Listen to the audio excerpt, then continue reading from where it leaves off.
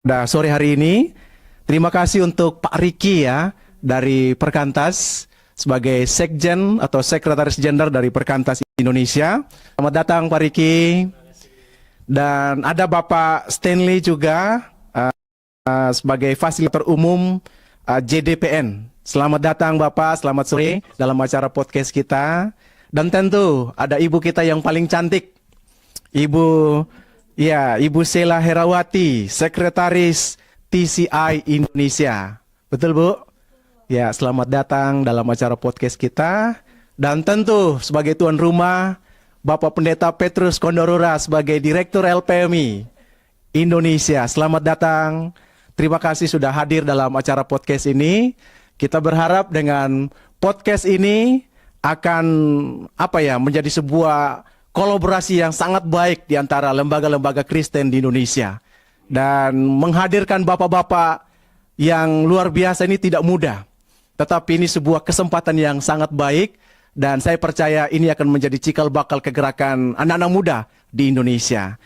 Baik, jadi kita akan masuk di dalam beberapa pertanyaan mungkin yang perlu kita dengarkan dari narasumber. Saya minta pertama dari Pak Petrus yang akan memberikan sedikit ya tentang apa yang menjadi motivasi di balik dari penyelenggaraan konsultasi nasional pemuda Kristen ini. Mari Pak Petrus, 1-2 menit. Ya, Selanjutnya nanti dilanjutkan oleh Pak Stanley. ya, terima kasih. Jadi kita sangat bersyukur ya. Ini memang waktunya Tuhan. Ya. Amin. Kalau mengingat mulainya kolaborasi ini muncul, sebenarnya itu dimulai dari PGI. Jadi saat itu TCI, Ibu Sela, 24 Maret ya. Ibu Sela undang kita hadir, dan saya hadir di situ. Disitulah pertama kali kita mendengungkan tentang bagaimana kita mempersiapkan 5.000 pemimpin bagi bangsa Indonesia. Karena apa yang terjadi hari-hari ini, sebenarnya mereka butuh pemimpin yang hidupnya benar seperti Daniel dan Yusuf. Nah, dari pertemuan itulah ternyata Pak Iman Santoso yang menangkap visi ini, lalu diajaklah saya masuk di salah satu pertemuan TCI, sharing di situ, akhirnya kita diskusi-diskusi, akhirnya kita bersama dengan teman-teman dari Perkantas, dari JPDN, dan juga dari Damki, termasuk TCI. Sehingga, ya puji Tuhan ya, kita bisa bersama-sama, ternyata semua lembaga ini Tuhan sudah taruh. Ya. Di Perkantas sudah Tuhan taruh, Amin. di JPDN sudah Tuhan taruh. Nah, tinggal kita bagaimana bergandengan tangan, dan ya senang sekali ternyata, ya ini waktunya untuk kita bergandengan tangan, untuk benar-benar kita mempersiapkan 5.000 pemimpin untuk bangsa ini. Dan ini sudah menjadi visi bersama. Wow. Ya, kita sudah komitmen, bahkan kita komitmen kalau Tuhan berkenan sampai 20 tahun ke depan kita bergandengan tangan untuk benar-benar kita lihat terjadinya transformasi di bangsa ini. Jadi itulah motivasi utamanya ya. Seperti Mungkin itu. kita perlu dengar dari Bapak Stanley. Apa yang menjadi motivasi utama? Yang menjadi motivasi utama kami JDPN bertahun-tahun berdoa supaya setiap tubuh Kristus, baik lembaga, gereja, aras, organisasi, berdoa supaya bersatu. Ya. Nah, ketemulah dengan teman-teman ini, Perkantas, LPMI, TCI, yang sebenarnya beberapa kali udah ketemu nih. Wow. Sebenarnya nggak cuma berapa waktu lalu di bulan Juli itu, beberapa kali udah ketemu di waktu-waktu yang lalu. Tapi seperti yang Pak Petrus bilang tadi, betul, 2025 ini adalah waktunya Tuhan. Amin. Nah, jadi karena itu, karena apa yang kami doakan, ini kayaknya ini sign nih, ini sign. Nah, inilah yang membuat kami, ayo kita berjalan bersama-sama. Itu satu. Lalu yang kedua, karena kami melihat bahwa ini sebuah seruan. Kami keliling kota yang ada di Indonesia. Ini seruan gimana supaya organisasi ini, aras tubuh Kristus ini bisa bersatu. Nah, ini seruan. Jadi kami melihat ini seruan, dan kami pun ini harus dikerjakan. Memang nggak mudah karena kami harus bayar harga. Kami waktu kami harus punya waktu untuk kita duduk bersama, ngobrol, duduk bareng, kongko datang ke event ini, event itu.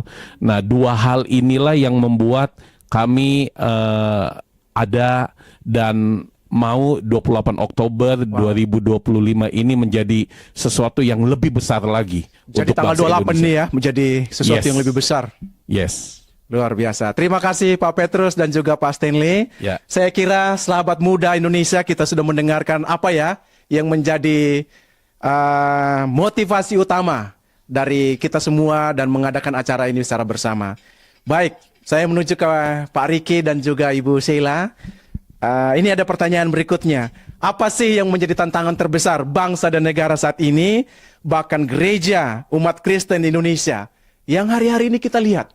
Sehingga ini menggerakkan kita sebagai sebagai pemimpin muda mengadakan sebuah event bersama pada tanggal 28.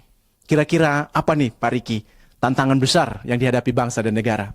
Kira-kira ya. Boleh kira-kira, boleh dengan fakta, silakan Pak. Yang pertama mungkin ya terkait dengan apa yang kita harapkan untuk menghasilkan pemimpin muda. Mungkin saat ini yang menjadi tantangan adalah tidak banyak pemimpin muda yang siap untuk melanjutkan kepemimpinan bangsa ini begitu. Oke. Dan tidak siapnya juga oleh senior-senior pemimpin kita yang menyiapkan anak muda. Itu sebabnya anak muda harus disiapkan. Karena banyak anak muda juga yang tidak lagi berpikir untuk bagaimana terlibat di dalam kepemimpinan di bangsa. Dan mereka ya sekarang kalau kita lihat ya, generasi muda sekarang pokoknya jalani aja hidup begitu kan. Oke. Nah ini yang kemudian kenapa kita perlu antisipasi cepat, karena kalau tidak kita tidak punya lagi atau tidak ada orang yang kemudian melanjutkan. Ya. Karena penting itu. Ini berbicara tentang pipeline juga ya. Betul. Ya. Untuk Dan itu sebabnya. keberlangsungan. Dan pada akhirnya nanti 2045 kita punya pemimpin-pemimpin yang siap. Kalau tidak maka ya seperti itu aja gitu. Nah yang kedua mungkin kenapa kita harus nyiapin pemimpin muda dan juga secara khusus kepemimpinan di bangsa ini, karena emang ada krisis kepercayaan kepemimpinan sekarang. Krisis kepercayaan. Krisis kepercayaan. Jadi banyak orang sudah tidak percaya lagi dengan pemimpin-pemimpin yang ada kan. Oke. Dengan banyaknya kasus dan sebagainya. Maka siapa yang bisa dipercaya jadi pemimpin? Itu sebabnya kita perlu menghadirkan pemimpin-pemimpin yang disiapkan Siap. untuk bisa dipercaya oleh masyarakat gitu. Gitu. Nah, yang berikutnya karena krisis kepemimpinan, krisis integritas. Krisis integritas. Jadi ya kita tahu sendirilah ya, banyak fakta yang terjadi. Pemimpin-pemimpin bukan mengayomi rakyat, tapi kemudian mereka untuk kepentingan diri begitu. Puji Tuhan. Terima kasih Pak Riki, luar biasa ya. Ada 3 hal yang disampaikan Pak Riki. Sekarang mari kita dengar dari seorang ibu yang paling cantik di antara para pembicara kita. Pertanyaannya sama Bu, apa tantangan si bangsa dan negara saat ini sehingga kita sekarang memikirkannya secara bersama-sama? Ya, terima kasih. Kalau bicara tantangan tadi udah disampaikan beberapa poin oleh Kak Riki gitu ya. Tapi mungkin sebelum saya masuk ke situ, saya mau ajak teman-teman melihat dulu kondisi bangsa kita saat ini dan kondisi gereja saat ini, gitu ya. Jadi persoalan intoleransi, persoalan diskonektivitas antara sosial politik akibat polarisasi, Polarisasi. kemudian juga kerusakan lingkungan, moral generasi. Itu potret-potret kondisi kekristenan di Indonesia saat ini. Dan kita sama-sama melihat bagaimana masa depan gereja dan kekristenan pada Indonesia Emas 2045. Betul. Tadi udah disinggung sama Kak Riki bahwa tantangan terbesar kita adalah krisis kepemimpinan, krisis integritas, gitu ya. Krisis rohani, jangan lupa. Ya, betul. Satu lagi, kenapa? Karena orang bisa tidak ideal menjadi seorang pemimpin, orang bisa tidak berintegritas, itu karena ada kerusakan dulu di nilai-nilai rohaninya. Iya. That's why atas dasar latar belakang pemikiran dan melihat ke arah yang sama, iman yang sama tentang rencana Tuhan yang besar atas bangsa ini, kita bersepakat. Tadi disampaikan di awal oleh Pak Petrus, bergandengan tangan, 20 tahun ke depan, Puji mempersiapkan satu generasi yang takut Tuhan. Amin. Di dalamnya ada 5.000 pemimpin muda yang duduk di semua bidang. Puji Tuhan. Terima kasih banyak. Luar biasa. Sahabat muda, kita sudah mendengar ya apa yang disampaikan oleh Pak Riki dan juga Bu Sheila tentang tantangan yang besar. Mungkin Pak Petrus mau tambahkan atau Pak Stanley tentang tantangan yang besar yang dihadapi bangsa dan negara kita saat ini. Masing-masing 1 menit mungkin. Ya, Pak Pendeta. Ya, silakan Pak Pendeta. Ya. Saya dari sisi gereja, tantangannya dari gereja. Ya. Gereja nggak bisa melihat keluar. Oke. Jadi lebih fokus ke dalam. Melihat ke dalam ya. Iya, bagaimana jemaatnya bertambah. Oke. Bagaimana setiap ibadah raya atau setiap ibadah-ibadah wadah, ibadah segmen itu menjadi sesuatu yang luar biasa. Iya. Fokusnya di situ, Iya. nggak bisa lihat ke luar. Nah ini tantangan yang besar Iya. dan nggak mudah, memang nggak mudah. Iya. Saya gembala, saya pendeta, mau nggak mau saya harus mikirin juga. Betul sekali. Tetapi di satu sisi, saya sebagai gembala, saya nggak bisa mikirin yang bagaimana supaya jemaat bertumbuh. Ya. Tapi saya harus mikirin gimana kota saya. Iya. Gimana kota saya lahir anggota dewan yang takut Tuhan, Amin. lahir ekonom atau bisnismen yang takut Tuhan, entertain yang takut Tuhan. Nah, saya melihat ini memang nggak mudah, memang nggak mudah. Dan saya ngelihat teman-teman saya nggak semua ready, nggak semua siap, dan ini tantangan yang besar yang dihadapi oleh gereja. Mereka cuma fokus ke dalam gereja, nggak bisa ngelihat keluar. Oke. Karena cuma 1 menit cukup. Jadi itu ya masalah terbesarnya ya dari sisi Pak Pendeta bahwa gereja terlalu melihat ke dalam. Terima kasih Pak Stanley. Kita dengar dari sisi Pak Direktur LPMI Indonesia. Ya, salah satu yang menjadi prioritas kita sebenarnya ya di dunia politik. Kalau hari ini kita berbicara mau menemukan pemimpin-pemimpin yang buat regulasi, ya dunia politik itu sangat penting untuk kita masuki. Nah, bagaimana kita mempersiapkan anak muda yang bisa duduk di dewan, yang bisa duduk di kepala daerah? Karena hari-hari ini, minta maaf saja, saya mau katakan bahwa masih banyak praktek money politik. Oke. Dan sebenarnya salah satu poin ini penting. Yang kedua yang menurut saya yang kita lihat tantangan besar itu adalah, satu kali ada majalah Forbes pernah survei tahun 2015, dia bilang begini, banyak pemimpin-pemimpin hari ini ketika mereka ada di posisi puncak, ya, welcome brother Saat. Ya, selamat datang Pak Ya. Sahat dari Gamki, Ketua Umum ya. Beliau sibuk sekali jadi agak terlambat ya. Saya lanjutkan cerita. Ya, silakan Pak Petrus. Jadi salah satu yang menjadi fokus saat itu adalah mereka mensurvei bahwa kebanyakan orang ketika ada di posisi puncak, ketika ada di dunia kepemimpinan, kapasitas kualitas mereka itu tidak mumpuni. Sehingga ketika mereka memimpin masih gaya-gaya lama. Oke. Ya. Tetapi ya hari ini kita butuh pemimpin-pemimpin yang ketika ada di puncak mereka di bidang bisnis, di berbagai bidang, mereka itu benar-benar punya dampak yang besar bagi bangsa. Siap. Saya pikir itu salah satu tantangan-tantangan yang kita hadapi hari ini. Terima kasih Pak Petrus, luar biasa. Sahabat muda, kita kedatangan satu narasumber kita lagi. Terima kasih Pak Sahat ya, Ketua Umum Gamki. Puji Tuhan bersama-sama dengan kita. Karena itu mungkin kita langsung kasih pertanyaan Pak ya. Bapak-bapak yang lain sudah mendahului, sudah iya sudah 2 jam ya. Kita masih bahas tantangan apa sih yang dihadapi bangsa dan negara saat ini. Sehingga kita pemimpin muda ini tergerak. Kita harus mengambil bagian. Kira-kira apa Pak? Kalau dari Pak Riki tadi ada banyak tantangan, dari Pak Pendeta dari sisi gereja, kalau dari Pak Direktur Indonesia malah melihat dari sisi politik. Mungkin juga mengambil porsinya Pak Sahat ya. Tapi tak apa-apa, mungkin Bapak bisa melihat dari point of view yang lain. Kira-kira tantangan bangsa kita ini sehingga kita harus mengambil peran untuk menyikapi bagaimana Indonesia emas tahun 2045. Silakan Pak Terima Sahat. kasih, Shalom. Shalom. Mohon maaf untuk keterlambatan. Nah, sebagai yang paling muda, asik. Asik. Nah, tentunya sebagai yang paling muda ya. Anak muda yang melihat dari tantangan bangsa ini ya. Jadi ya, kalau sekarang ini kan Bang, hampir 60% penduduk Indonesia itu kan generasi muda. Siap. Nah, generasi muda ini ya tantangannya sederhana aja, pasti soal pendidikan, Yep.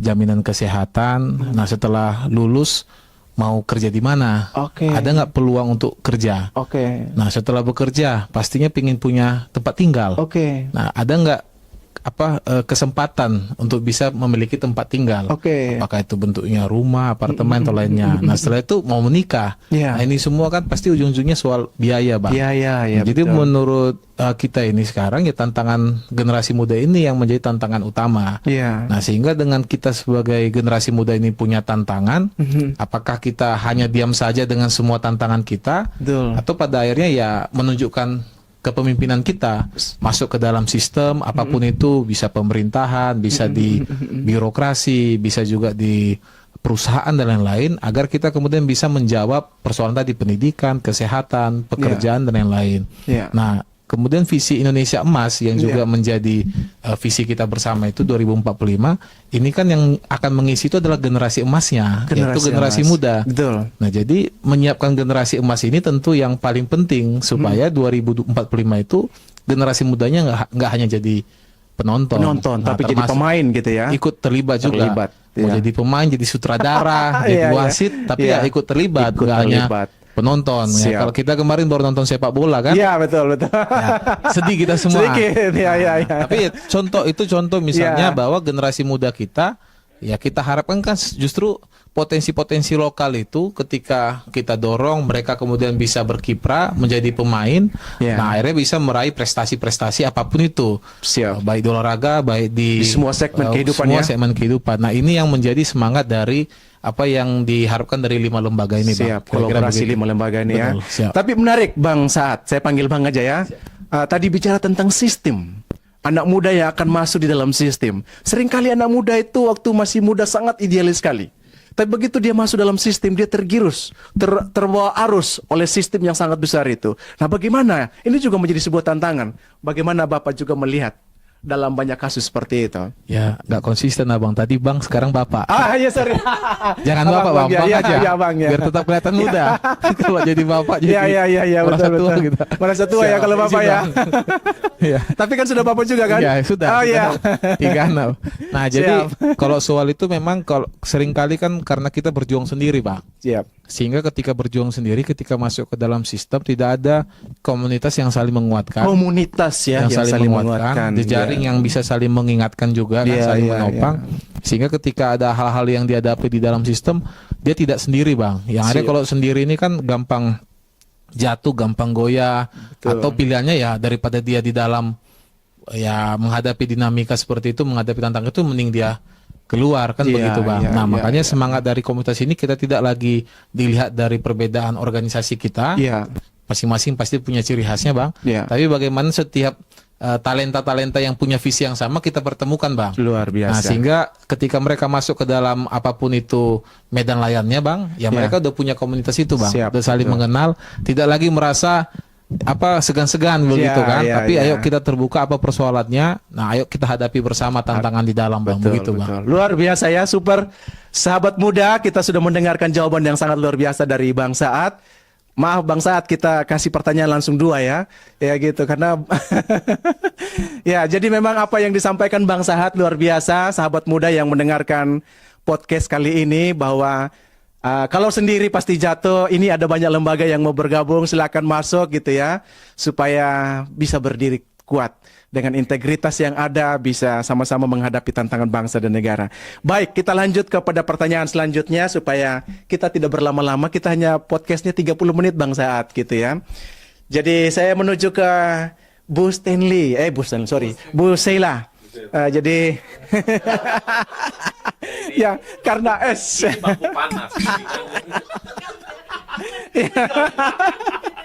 ya, jadi dalam diskusi kelompok itu mencakup berbagai sektor seperti di marketplace, di gereja, di media, pendidikan. Mengapa pemetaan masalah dan solusi itu di sektor-sektor ini menjadi fokus utama kita? Ya seperti itu. Ini sangat menarik. Ya. Iya, tentu perlu fokus ya untuk bisa ada strategi dan action plan yang dibuat untuk mengantisipasi dari tantangan yang ada. Iya. Gitu. Jadi perlu untuk kita bisa fokuskan, klasifikasikan berdasarkan kategori masalahnya, supaya teman-teman yang memang secara khusus bergerak atau fokus di bidang-bidang tersebut bisa secara konsisten dan juga serius memikirkannya. Luar Jadi nyambung. Nyambung gitu. ya. Ada ahlinya di situ. Ada ahlinya di situ, ada pelaku yang memang daily activity di situ. Iya, Gitu. betul. Luar biasa. Bang Riki, ada tambahan dari pertanyaan tadi? Saya jawab beda kan bisa.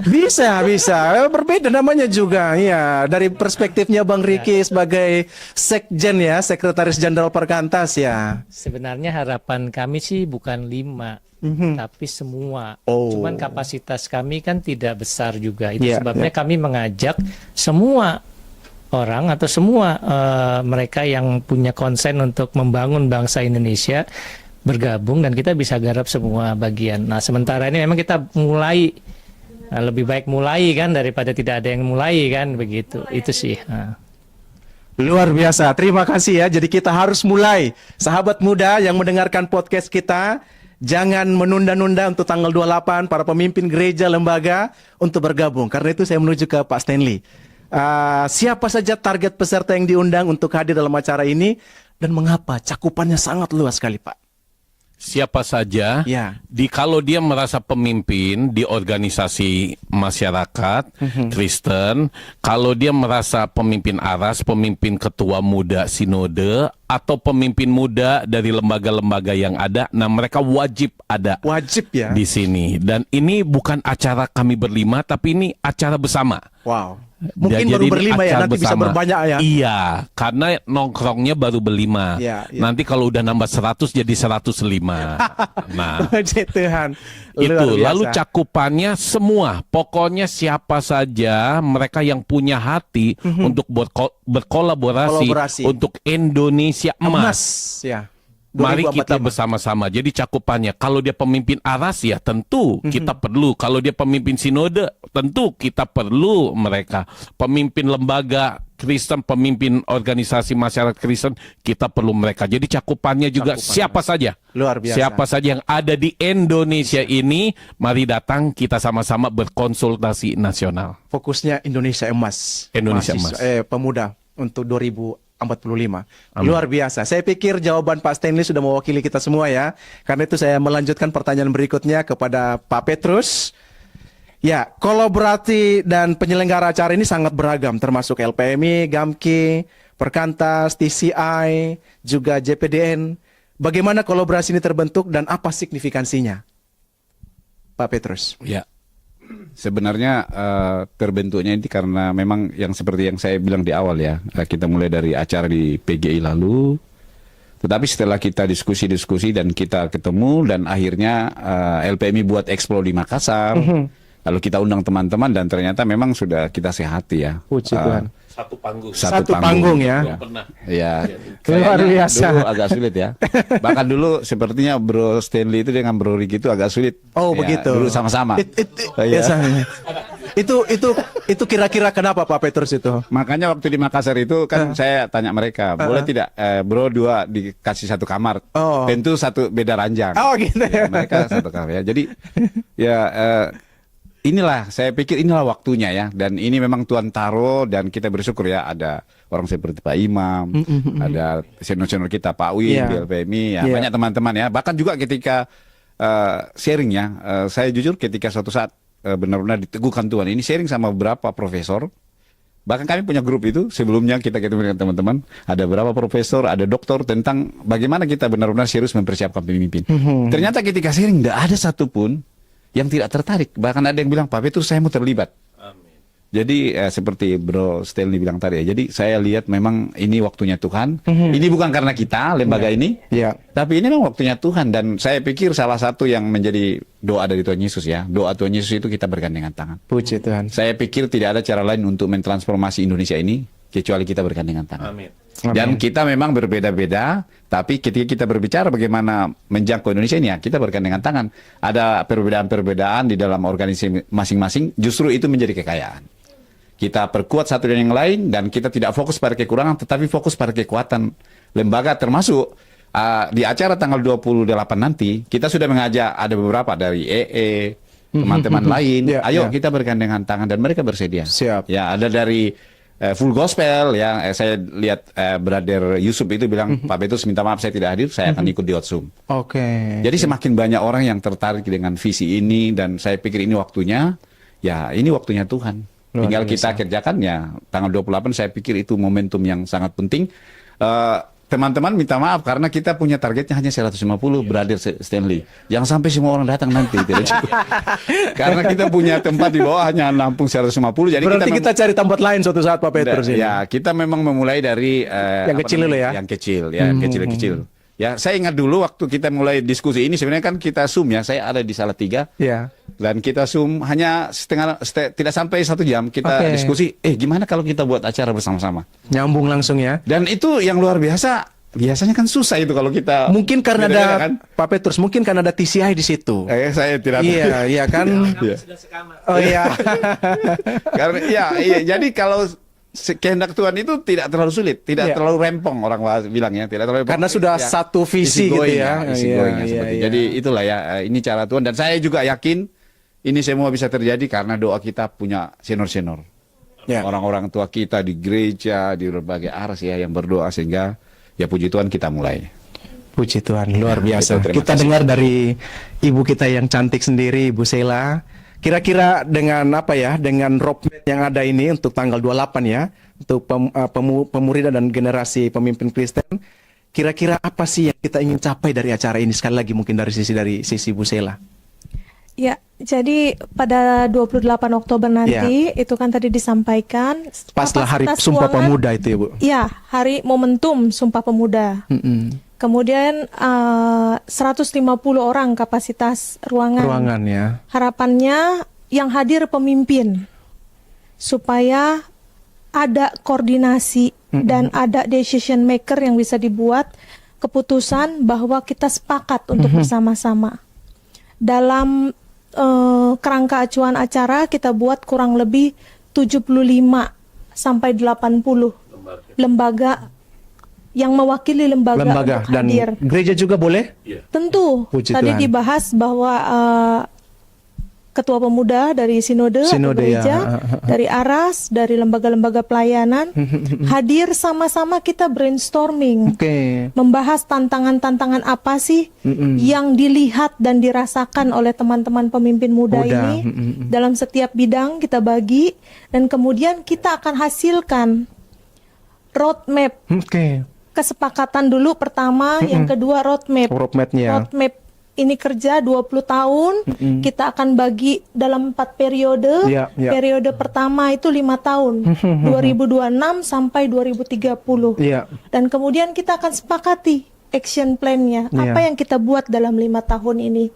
Tentu mungkin tidak secara detail, tapi setidaknya sudah ada Gambaran ya. kesepakatan bersama yang akan kita buat. Bahkan ada penandatanganan MOU ya Pak ya. Iya. Jadi kita 5 lembaga akan tanda tangan MOU, dan kita juga membuka kesempatan Dengan yang lain. dengan yang lain, lembaga-lembaga yang merasa menangkap visi yang sama dan mau bersepakat berjalan juga bersama-sama, boleh menghubungi tim dari LPMI atau panitia dari 28 Oktober ini untuk langsung memberikan data dari lembaganya. Bahkan nanti di hari H bawa stempel lembaganya. Kita akan tanda tangan on the spot di 28 Oktober 2025. Itulah sebabnya harus memimpin ya, karena langsung make decision. Make decision. Iya, betul. Harus bikin keputusan. Iya, Bahkan lebih jauh lagi, kita sama-sama sudah melihat untuk 28 Oktober 2028. Oke, puji Jadi Tuhan. ini akan seperti snowball yang menggelinding. Puncaknya adalah 100 tahun Sumpah Pemuda. 100 tahun 2000. 28 Oke. Oktober 2028. Ya, ya. Jadi teman-teman muda, bagaimana nasib kekristenan dan gereja di 2045 itu tergantung pada apa yang kalian buat hari-hari ini. Ya, Tergantung pada apa yang kita buat hari-hari ini. siap. Akankah kita eksis menjalani Indonesia Emas, atau justru jangan sampai kita kehilangan kendali atas masa depan kita sendiri di Betul bangsa sekali. ini. Betul, betul. Melihat persoalan intoleransi ini bukan main-main. Betul.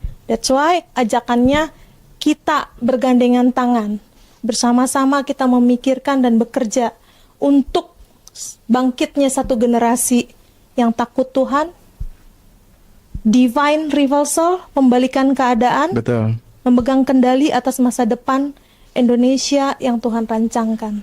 Amin. Terima Amin. kasih, luar biasa ya. Apa yang disampaikan Bu Sela luar biasa sekali. Jadi sahabat muda yang mendengar dan juga pemimpin-pemimpin muda yang mendengar podcast ini, jangan lewatkan kesempatan ini untuk hadir tanggal 28. Karena itu kita dengar lagi dari pemimpin muda, Bang Saat.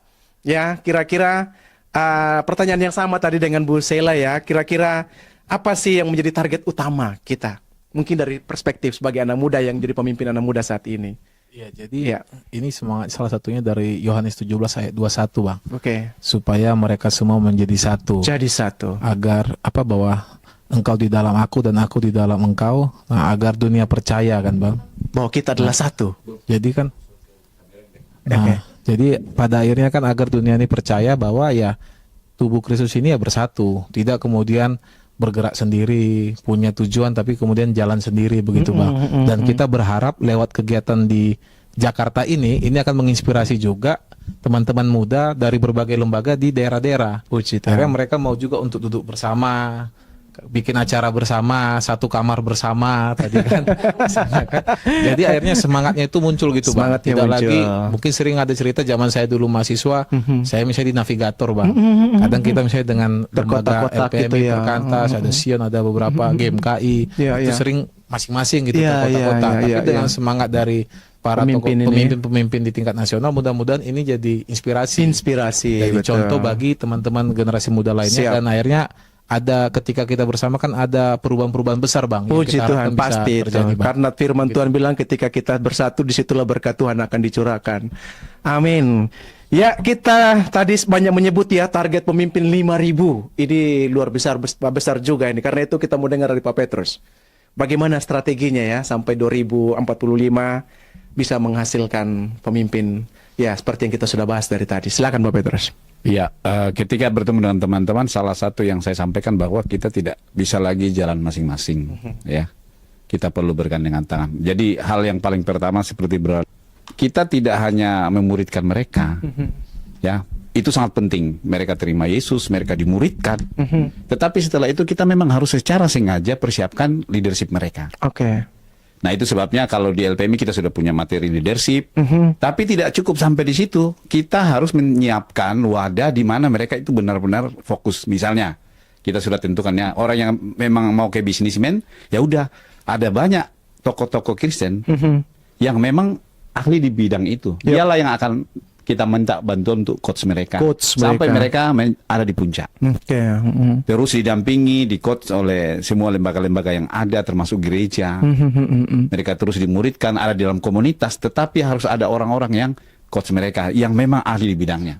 Ahli di bidangnya Ahli ya. di bidangnya. Misalnya ada bahkan proses mereka ya, rekrutan ada. Dan itu sangat penting. Mereka yang memang mau masuk ke situ harus kita arahkan ini tempatnya. Oke. Dan kita bersyukur ya, kita akan punya itu dan ada orang-orang, bahkan ada beberapa profesor yang sudah kita sharing dan mereka bersedia. Pak Petrus kami siap. Ya. Jadi kita memang secara sengaja, lalu mereka punya komunitas, lalu setelah itu kita coach mereka, kita dampingi mereka sampai mereka jadi. Dan kalau mereka jadi kita harus terus menolong mereka. Ya. Karena salah satu yang menjadi masalah ketika banyak orang sudah masuk di dalam, misalnya ya ini contoh saja, di satu bidang, misalnya di dunia politik, dia sudah masuk di dunia politik tapi tidak secara sengaja didampingi, dia bisa sombong, akhirnya jatuh. Oke. Ya. Tapi kalau ada anak-anak Tuhan, ada pendeta, hamba-hamba Tuhan, teman-teman yang lain, terus mendampingi, mengingatkan mereka, maka saya percaya 2045, mereka duduk di berbagai bidang di dunia politik, ya, mereka yang masuk di dunia bisnismen, mereka yang masuk di ASN, mereka yang masuk di mana? 7 gunung pengaruh itu. Ya. Itu akan sangat luar biasa. Betul. Dan saya percaya kalau itu terjadi, maka bayangkan aja kalau misalnya di Indonesia ini, kalau ada 5.000 yang kita sudah persiapkan dan jadi benar, mungkin ya tidak sampai 5.000. Anggaplah yang jadi benar-benar seperti Daniel dan Yusuf. Itu ada 500 orang. Itu bisa menggoncang Dan Indonesia itu ya. ada di Indonesia. Mereka lah yang buat sistem. Kalau mereka sudah ada di berbagai bidang, mereka di puncak, mereka buat sistem masing-masing. Yang sistem kerajaan Allah, Ibu saya bilang tadi. Sistem kerajaan Allah itu terjadi. Apa yang akan terjadi? Saya yakin Indonesia ini hilang Akan kemiskinannya. terjadi transformasi ya. Kemiskinannya hilang, mereka juga makmur, mereka Korupsi bahagia. akan hilang. Korupsi akan hilang ya. Betul. Dan Apalagi kalau 5.000 Pak Petrus. apalagi kalau 5.000. Luar Kalau biasa. ini saya pikir ya, kalau 5.000 Brother Ricky tidak terlalu sulit. Kalau kita bergandengan tangan. Kalau Ya, misalnya ya. tanggal 28 ada 70 lembaga dan organisasi hadir, coba bayangkan. 70 lembaga dan organisasi buat acara bersama-sama tanggal 28 2028. Kita bukan buat di LPMI. Kita akan cari gedung yang lebih besar Brother lagi. Stanley sudah bilang kita buat di mana? GBK. Gelora Bung Karno Gelora Bung Senayan. Ini visi yang besar ya Pak Stanley ya. Dan kalau Luar kita biasa. bergandengan tangan begini ya, makanya saya bilang sama teman-teman, ayo kita ngopi ya, tidak hanya seperti ini, tapi kita harus ngopi, harus sering bertemu ya, seperti itu. Luar biasa. Ini, terima Itulah kasih. sebabnya ya, pemuda hari ini jadi pemimpin hari esok. Dan itu kita imani secara bersama. Mungkin kita dengar dari Pak Riki sebagai Sekjen Perkantas Indonesia. Iya, dengan apa yang tadi 5.000 pemimpin. Strategi mungkin yang Bapak bisa pikirkan atau sampaikan pada pemuda yang mendengar saat ini. Ya, konsultasi tanggal 28 itu kan event, tapi event ini bukan sebatas sebuah acara, tapi itu momentum.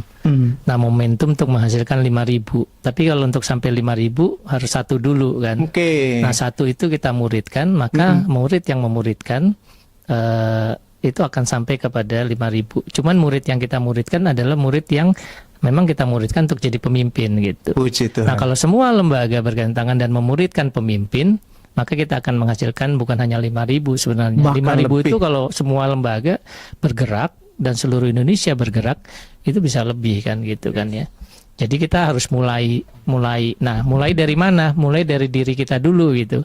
Nah, mulai dari 150 dulu tuh yang datang 28 itu. Jadi waktu datanglah sebagai seorang pemimpin dan datanglah sebagai pemimpin yang punya visi untuk menghasilkan pemimpin. Jadi bukan hanya datang sebagai seorang orang yang terima undangan. Seringkali kan terima undangan, mewakili. Tidak, kita mengundang pemimpin nih, pemimpin yang siap untuk memimpin dan siap menghadirkan pemimpin baru. Puji Tuhan. Disitulah multiplikasi akan terjadi. Jadi multiplikasi pemimpin ya. Multiplikasi pemimpin. Jadi Ya. pemuritan yang memultiplikasi pemimpin. Pemimpin, gitu. ya. Yang murid memimpin, ya gitu. Itu akselerasinya bisa cepat itu Akselerasinya ya. cepat nanti, Ya, gitu. puji Tuhan. Ya. Terima kasih luar biasa ya sahabat muda yang mendengarkan podcast kita. Tanpa terasa waktu kita hampir selesai, tapi masih ada satu pertanyaan untuk Pak Stanley. Di situ ada target 1 juta anak muda berdoa loh, luar biasa. 1 juta bayangkan. 2028. Kita mau dengar kira-kira apa maknanya dan dampaknya seperti apa ke depan, Pak Stanley. Silakan. Nggak ada revival, nggak ada transformasi tanpa doa. Amin. Jadi kalau ada 1 juta anak muda berdoa di 2028, bayangkan. Termin yang pertama 2030 akan terjadi sesuatu yang luar biasa. Termin yang kedua dan sampai 2045 itu bukan omong kosong. Bahwa Indonesia emas itu menjadi sesuatu yang luar biasa dan Indonesia mengalami hal-hal yang luar biasa, diubahkan, diperbarui, ditransformasi dan Indonesia jadi berkat bagi bangsa-bangsa. Puji Tuhan. Jadi 1 juta anak muda berdoa itu supaya sebenarnya hitungannya gampang. Hitungannya gampang. Jadi ada 200 daerah aja kota atau kabupaten, masing-masing kota itu punya 5.000 anak muda. Oke. Itu udah 1 juta. Ya.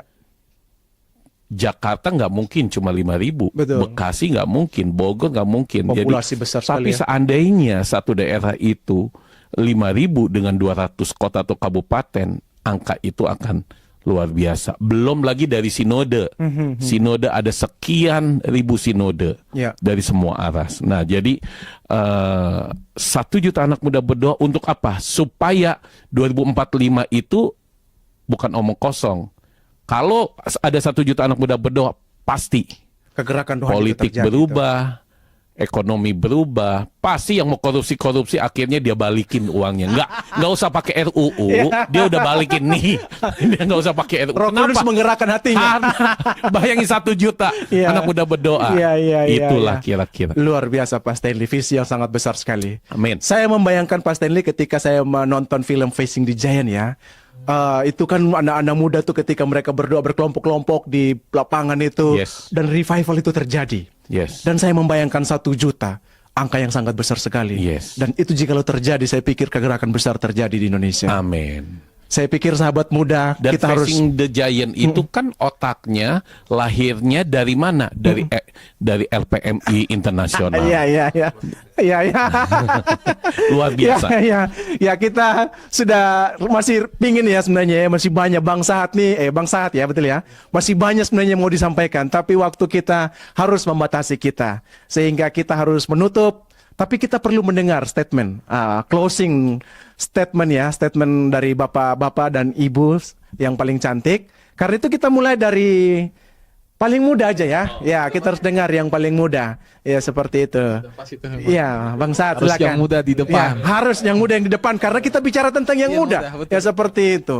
Mari Bang Saad. Ya, jadi kita tentunya sangat berharap komunitas ini bisa terus semakin membesar. Diawali tadi dari 5 lembaga kan Bang, Ya. bisa terus membesar.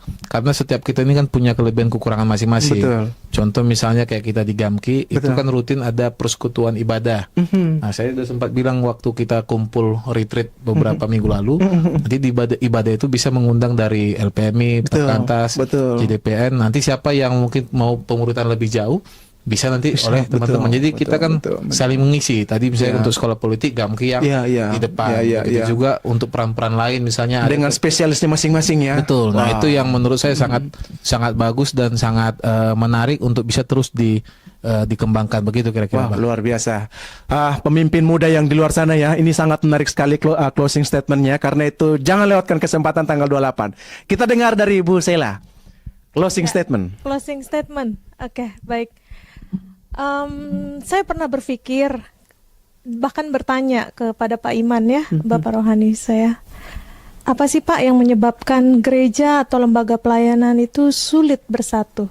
Karena ini pernah menjadi topik waktu MPH PGI 2024. Oke. Bahkan saya juga berdoa khusus untuk itu. Dan jawabannya adalah, Pak Iman waktu itu bilang, matanya nggak ngelihat ke Tuhan, Oke. tapi ngelihat ke kanan atau ke kiri, siapa yang lebih besar. Oke. Itu seperti pertanyaan murid-murid kepada Tuhan Yesus.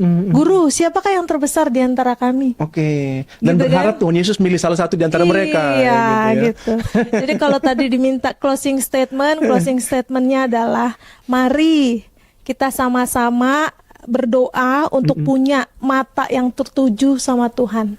Fixing our eyes on Jesus ya. Mata yang tertuju hanya sama Tuhan. Iya, iya. Sehingga kita bisa melihat rencana Tuhan lebih tinggi daripada rencana kita pribadi ataupun organisasi. Amin. Bahkan amin. dengan rela hati kita mendukung orang lain atau mendukung lembaga lain yang saat itu sedang dipakai Tuhan atau menangkap visi itu. Amin. Gitu ya. Inilah yang langka. Puji Tuhan. Jadi Bapak Ibu, saudara muda atau pemimpin organisasi muda, kesempatan tanggal 28 hadir untuk melihat ini terjadi. Kita dengar dari Pak Riki. Closing statement. Ya, kita harus dari sana. Ya, karena kita mau nutupnya nanti di sini ya, begitu. Tuan rumah yang kita tutup ya. paling tua ya. Iya, betul. Sebenarnya saya paling tengah-tengah. Jadi antara yang tua dengan yang muda. Dan dia dari kepala sih sebenarnya mana yang putih. Silakan Pak Riki. Iya, saya teringat di Yeremia 29 ayat 7. Oke. Usahakan kesejahteraan kotamu di mana kamu dibuang. Oke. Nah, tapi kita ini kan bukan orang-orang yang dibuang. Ini Oke. kota kita, negara kita. Jadi seharusnya lebih akan jadi sesuatu yang membawa kita untuk terlibat menolong dan mensejahterakan bangsa kita. Iya. Nah, cuman begini, banyak kita mengeluh, banyak kita komplain, banyak kita kemudian cuman bilang ini kenapa Indonesia banyak korupsi dan sebagainya. Tapi kita nggak pernah memberi diri untuk terlibat membawa transformasi itu gitu. Jadi mungkin ini perlu menjadi perenungan kita untuk kalau kita mau bangsa kita mengalami perubahan dan transformasi, maka kita harus memberi diri kita bukan hanya sekedar bermimpi, tapi kita sungguh-sungguh menghadirkan kesejahteraan itu begitu. Puji Tuhan, luar biasa. Tepuk tangan dulu, saudara muda. Usahakan kesejahteraan bangsa di mana kita berada. Kita bukan bangsa buangan, tapi pemilik bangsa ini. Amin. Silakan Pak Stanley, closing statement. Ada 3 gerakan besar, gerakan doa, gerakan misi, gerakan transformasi. Nah, kita kerjakan sama-sama ini. 3 ini berjalan, Indonesia berubah. Nah, itu yang satu. Yang kedua, ini waktunya Tuhan. Oke. Tanpa engkau, tanpa saya, atau tidak, pasti rencana Tuhan pasti terjadi. Amin. Tanpa Bro Petrus Ya. atau tidak, emangnya Indonesia ini punyanya LPMI? Betul Enggak. sekali. Dia nggak mau, rencana Tuhan pasti Tetap terjadi. tergenapi, ya. Tanpa yang paling muda, yang paling ganteng nih, Iya, yang Bang Saad baju ya, biru, yang paling muda. iya, tanpa dia atau enggak, rencana Tuhan pasti terjadi. Iya, iya, iya. Nah, itu yang kedua. Yang ketiga, yuk sama-sama kita humble. Iya, iya, iya. Sama-sama kita, saya perlu perkantas. Iya. Saya perlu LPMI. perlu TCI, TCI. saya perlu Gamki. saya perlu Gereja. 75 sinode dan pemimpin-pemimpin yang lain yang akan hadir 28 Oktober. God bless. Luar biasa ya sahabat muda, jangan sekali-sekali sombong ya. Karena Tuhan tidak akan pakai orang-orang yang demikian. Silakan Pak Petrus sebagai tuan rumah, closing statement.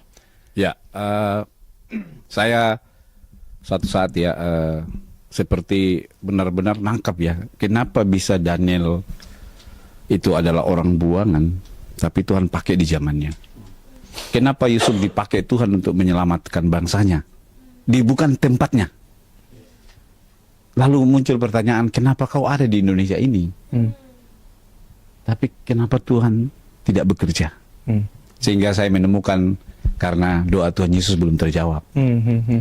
Sehingga merenungkan bagian itu, seringkali kita saling menjelekkan satu yang lain. Oke.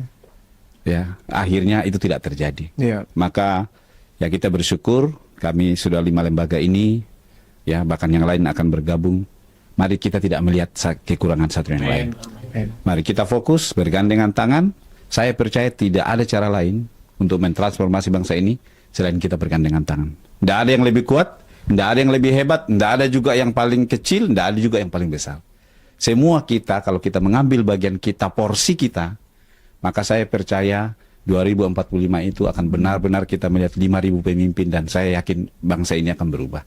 Karena kalau kita tidak pergunakan kesempatan usia emas ini, itu justru bangsa kita tidak tahu. Dan saya yakin semua orang tidak mau bangsa ini mengalami hal-hal yang justru terbalik. Justru bukan Indonesia emas. Kita berharap Indonesia emas itu benar-benar kita pergunakan kesempatan, anak-anak muda jadi pemimpin yang benar-benar punya integritas, sehingga bangsa ini berubah dan Tuhan dimuliakan. Ujung-ujungnya adalah supaya nama Tuhan dimuliakan. Amin. Terima kasih banyak Bang Saad. Terima kasih Bu Sheila, terima kasih Pak Petrus, Pak Stanley, dan juga Pak Riki. Terima kasih sahabat muda Indonesia, pemimpin-pemimpin muda Indonesia.